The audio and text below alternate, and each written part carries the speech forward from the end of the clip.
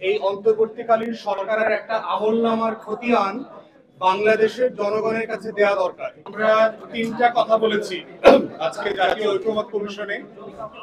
প্রথম কথা বলেছি হচ্ছে যে গত ডিসেম্বরে যখন এই ঐক্যমত কমিশনের গঠনের প্রক্রিয়ার কথা বলা হয় মাননীয় প্রধান উপদেষ্টার পক্ষ থেকে, তখন এই কাজটা কিভাবে হবে তার একটা ফ্রেমওয়ার্ক তৈরি করার প্রয়োজন ছিল। কারণ হচ্ছে যে ফ্রেমওয়ার্ক না থাকলে এই কমিশন আসলে কি অ্যাচিভ করতে চায়, কিভাবে অ্যাচিভ করবে এবং কোন ডেডলাইনের মধ্যে অ্যাচিভ করবে, এই স্বচ্ছতা এবং জবাবদিহিতাটা থাকে না।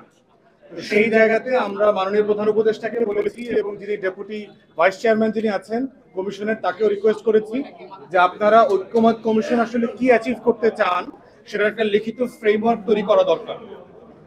দ্বিতীয়ত বলেছি হচ্ছে মাননীয় যে আইন উপদেষ্টা আছেন ওনার দপ্তরে গত 10 মাসে কি কি সংস্কার করা হয়েছে সেটা উনি বলেছেন, একটা ফিরিস্তি দিয়েছেন।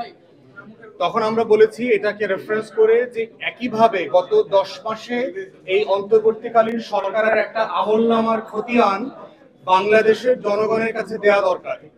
এটা অন্তর্বর্তীকালীন সরকারের পুরোটা মিলে একটা যেমন দেয়া দরকার, আইন উপদেষ্টার মতো ডিপার্টমেন্ট ধরে ধরে প্রত্যেক উপদেষ্টার আমলনামার কাজের একটা খতিয়ান দেওয়া দরকার, তারা আসলে কি কি অ্যাচিভ করেছে, এবং তখন ওটা আমাদের জবাবদিহিতার জন্য, স্বচ্ছতার জন্য জরুরি হবে তাদেরকে জবাবদিহিতা করবার জন্য।